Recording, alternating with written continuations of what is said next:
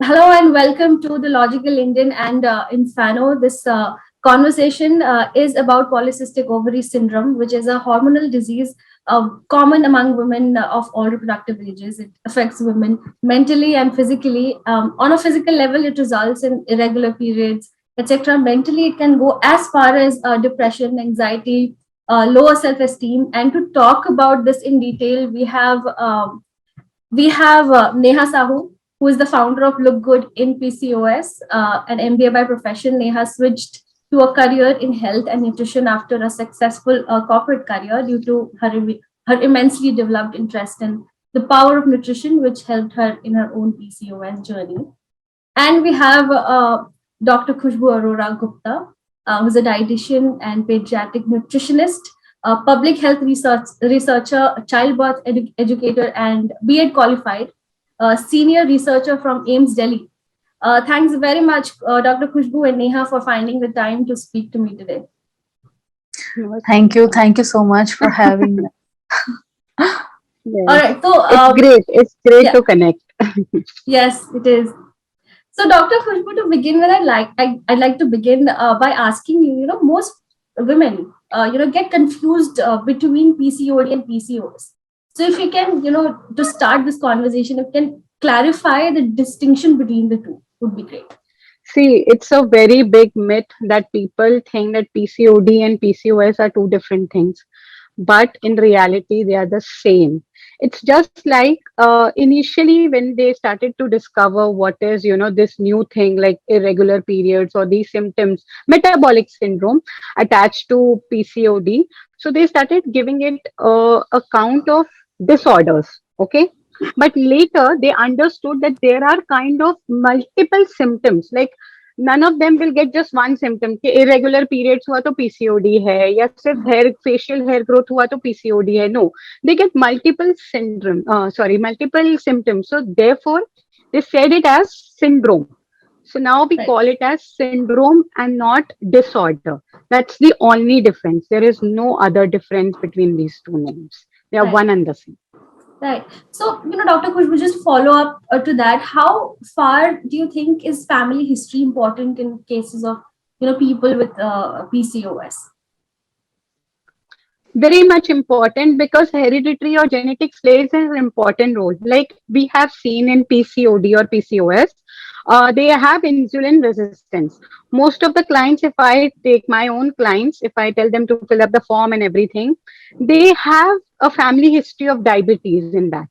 So Right, the genetic point of view does play an important role. Plus, if I see my own, like my own family history, my nanny at that time it was not diagnosed as PCOD or PCOS, but she did had multiple miscarriages or else facial hair growth or other symptoms which I could see now as regarded as PCOD. Okay, so I could see that time it was not tracked, but yes, genetic does play a very, very important role in understanding where you are today.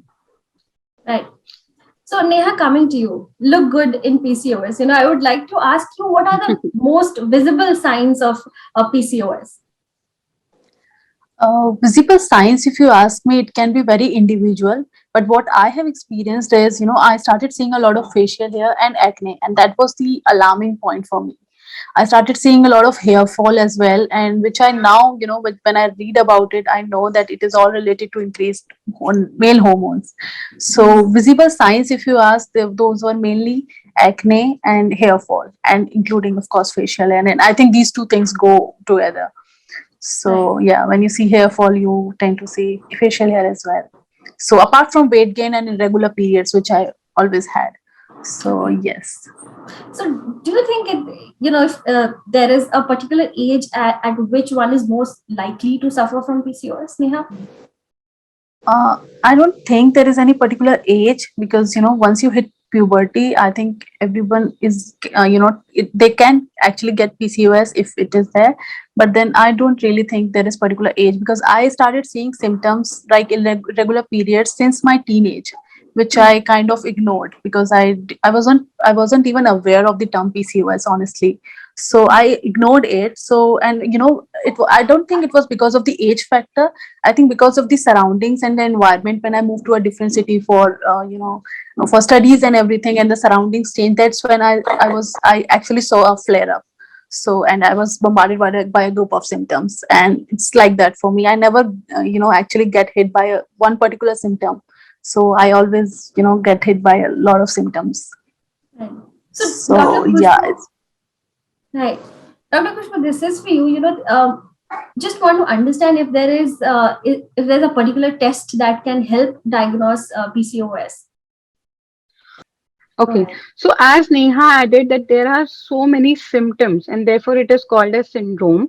When we see like during the diagnosis part, we see the fluctuation in weight gain, the BM or weight gain or weight loss. Both can be, put into PCOS. The irregular period and also the BMI, right? These are the Right. factors which you can see and you can ask them. But internal checkup like ultrasound can you can diagnose a cyst in the ovaries, or else even when they are into their fertility, into that fertile zone of getting pregnant or trying to conceive, at that time we check their follicular study, the FSH, the prolactin, the LH, or else the AMH quality, and these blood tests are then given. Even their other history of other diseases like thyroid can be correlated sometimes, or any other hormonal imbalance they have gone through. So that also we find it like a correlation when we have to diagnose through any test. Mhm. Right. So So I would right. So I would open this to both of you. Does PCOS makes the person vulnerable to other health risks too? Like you were mentioning, thyroid, and you give other examples. Is there anything you want to elaborate just on that front? see, yes, just like I told you, insulin resistance does happen in long run if you're not taking care of it. Mental issue arises, you're trying to conceive part becomes little difficult, or it all depends on how much. In fact, you know what? I always tell my client that PCOD is the most positive thing happen to you, because then you take care of yourself at a very early stage. Whereas someone else taking care of them after 40s or 50s, you are started pampering your hormones in your initial 20s only. So there is a lot of other factors which can impact it, but at the same time if you take care of yourself, you can reverse it anytime. Okay, right. yes, I think that's true. Yes, yes. Because apart from long term health complications, there is a lot that happens on a day to day basis in PCOS. So you Yes. definitely, because I have experienced anxiety myself because of PCOS. And yes, I also had insulin resistance, as doctor said. So yes, there are day to day complications apart from long term health complications, but then yes, you can definitely manage it with the diet, lifestyle, and nutrition changes. And and to add on one thing, even a simple thing like your sleep, that is Yes. also correlated. Like people who, my clients who are in night shift, they have more chances of PCOD because of Okay. that hormones not secreting, because there are particular time in our Mhm. 24-hour slot that these hormones are secreted during the night time only, when we have a calm sleep. So nowadays, because of what lifestyle we are staying in, we have Yeah. night shifts, we don't sleep on time, we are always scrolling Instagram or on phone. So, these all things add on to that PCOD. Right. Yeah. So, is it true that irregular periods is often considered primary cause of PCOS, especially in adolescents? Yes, irregular period, as I told, that, this is one of the symptoms and the most visible symptom, we can say. But there are females who are at lean body weight, they have regular periods, but at the same time they don't know that they are PCOD unless and until they go for an ultrasound. So yes, irregular periods can be attached to it, but that cannot be the only reason for PCOD. Even in thyroid you do get irregular periods, or endometriosis also you get in irregular periods. So don't always, you cannot correlate, but yes, that can be a visible sign to understand your body much more or your health much more. Right. Yes, exactly. Because there was a time. I'll just quickly take a minute. Yeah, So yeah, there yeah. was a time when I had regular periods, but then still I was facing a lot of facial hair because there was increased male hormones. So I think Mhm. Yes. these two things are entirely different, and it also depends on individual experience. I would say because not everybody experiences the same. So yes, definitely true. Right. So, Neha, could you, sort of take us through how can changes in diet basically help improve the situation? And, what, if so, what should essentially be included in the diet? Yes, I started with very small changes. I was, as I said, my first PCOS flare up was when I moved to a different city. So I was basically eating a lot of junk food, outside food, and Mhm. a lot of processed food, basically. So I started cutting down on with, white sugar initially because I did not want to make a lot of changes because I couldn't follow because I won't be able to follow it for a long time. So I started cutting down on white sugar, not completely eliminating it, but then I started limiting it. Then I cut down on junk food, processed foods, and started making more home cooked ghar ka khana and everything. So after a couple of months or something, I did not lose weight, but then I started feeling lighter and happier from inside, basically. So, and my mood was improved. So there were a certain few dietary changes which I initially started with, and then I started researching about different kind of oils and what kind of spices I can add, different kind of herbal teas which I can add, basically. So I started learning about it. So Dr. these Kush, were would the like to few add basic something? changes. Right. That's really helpful, actually. That'll help a lot of people. Dr. Kush, anything you'd like to add to that? See, healthy lifestyle is the one thing which doesn't only include the physical aspect, but also mental, emotional, spiritual. So even Right. when you have PCOD, just like I told you, you have to pamper your hormones. So it's not Mhm. just the physical base, but also the more you keep yourself calm, or else, you start journaling, you do exercise, more happy hormones are released. Your estrogen and progesterone will be balanced. So that's what the main mantra is, to lead a very healthy lifestyle, not in the physical aspect. Because just like I told you, not only lean bodies, even lean bodies do have PCOS. So there, it's not just the target to the weight or the BMI issue, but their mental anxiety or what sleep pattern, how is that going? Even that need to be regularized and seen. Right. So, do you think eating healthy and having a healthy lifestyle altogether, especially when suffering from PCOS or PCOD, does that also sort of help with the mental turmoil that people go through as a sign of mental distress? Very Due to much, this? very much, very much. If you see, PCOD is a iceberg. It's just the Right. tip, but there are Mhm. so many things underlining. Okay, so sleep again, mental anxieties again, the underlining cause, and these all, just like if you notice yourself, the day when you are in stress, your cravings will increase, right? Because Mhm. the ghrelin hormones, your hunger hormones gets increased, and then you binge, and then you Right. fall into that guilt thing. So it's a cycle, right? So the Mhm. same way here also, stress, how much stress you take, how much anxiety you give attention to all these things, again it will correlate to your hunger hormones, and therefore you will eat much more, your BMI will increase, and ultimately your periods will get fluctuated, or you will have any or the other symptoms of PCOD. So they all run hand by hand together. Right. So, most important question. This is my final question, but also the most important. This is for both of you. Uh, is there a cure to PCOS? PCOD can anytime be reversed.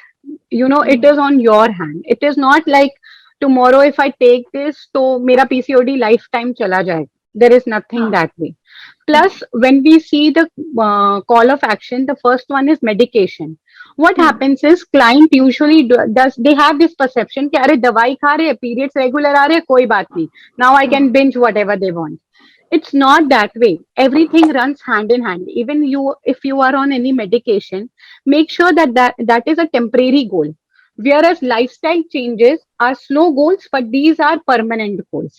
Okay, Hmm. so this is how you manage PCOD.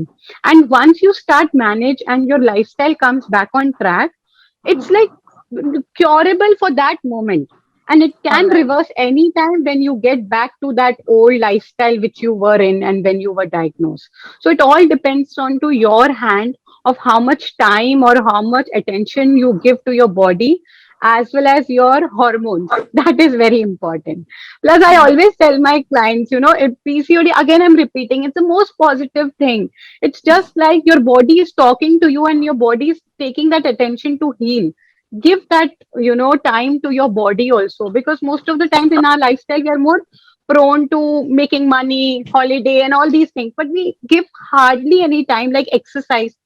In Right. 24 hours, anyone can remove that 1 hour for exercise, but they always have this lame excuse, okay, time hi nahi mila. So that is what we need to work upon, right? This is the Right. only thing we have to Right. Thank you so much, Dr. Khushbu.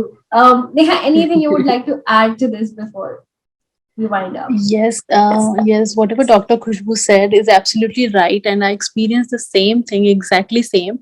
There is no cure to it, unfortunately, but unfortunately, it is so common that 5 to 10% of women worldwide are having it. So I think there is no need to panic. You can manage it with dietary and lifestyle changes, as doctor said also. And in most of the cases, of course, medication might be necessary, and I've also taken it for some time. But then that Mhm. cannot be the lifelong solution, definitely. And you want to go something which is more natural.